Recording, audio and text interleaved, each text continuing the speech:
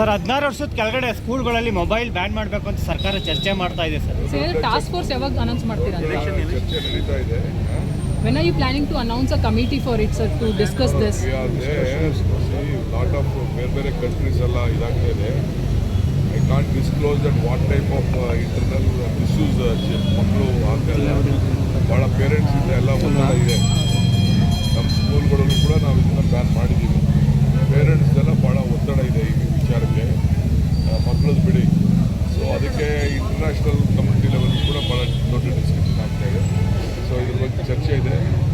Sir, Bengaluru is known as the lake city. Recently, there is a data that's been revealed by the National Water Quality Monitoring Body, which states that the Bengaluru lake water is 90% not fit for bathing or for drinking as well, sir. We are not asking any lake to be water to be drinking or for bath.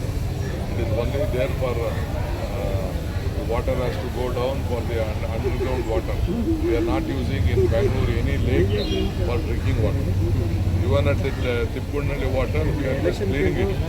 We have kept a BWSP has kept a separate. Apart from that, no lakes have been used in Bangalore for drinking or bathing. Sir ಕಾಲೇಜಲ್ಲಿ election CM ಕೂಗನ್ನೇ ಮತ್ತೆ ಎಬ್ಸಿರುವಂತದ್ದು sir, ದಲಿತರು CM ಆಗಬೇಕು ಅಂತ ಹೇಳಿ ನಮ್ಮ national leader ಇಲ್ಲಿಂದಲೇ ಅವ್ರ ನಮಸ್ಕಾರ. ಇಲ್ಲಿವರೆಗೂ ಸೆಂಟ್ರಲ್ ಗೌರ್ಮೆಂಟು ಏನು ಕ್ಲಾರಿಟಿ ಕೊಡ್ತಾ ಇಲ್ಲ.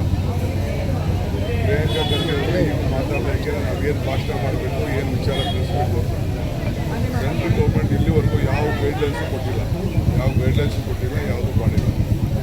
ಸೊ ಇವತ್ತೇನು ಹಿಂದೆ ಕೂಲಿ ಮಾಡ್ತಾಯಿದ್ರು, ಕೂಲಿ ಮಾಡೋದು ದುಡ್ಡು ರಿಲೀಸ್ ಮಾಡಿಲ್ಲ. ಇದನ್ನು ಕಂಪ್ಲೀಟ್ ಲಿಂಬೋಲಿ ಇಟ್ಬಿಟ್ಟಿದ್ದಾರೆ.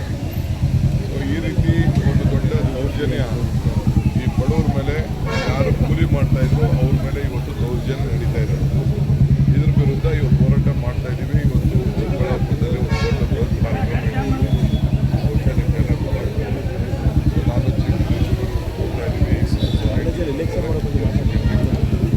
ಕೆಲಸಕ್ಕೆ ನಾವು ಮಾಡ್ತಾ ಇದ್ದೀವಿ. ಮುಂದಕ್ಕೆ ನೋಡೋಣ, ಇದು ಅವ್ರು ಏನು ಮಾಡ್ತಾರೆ ನೋಡ್ಬಿಟ್ಟು ಆಮೇಲೆ ನಾವು ತೀರ್ಮಾನ ಮಾಡ್ತೀವಿ. ಆವಾಗ ನಾವು ಅರ್ಜೆಂಟಾಗಿ ಹೋಗಿ ನಮ್ಮ ಪಂಚಾಯತ್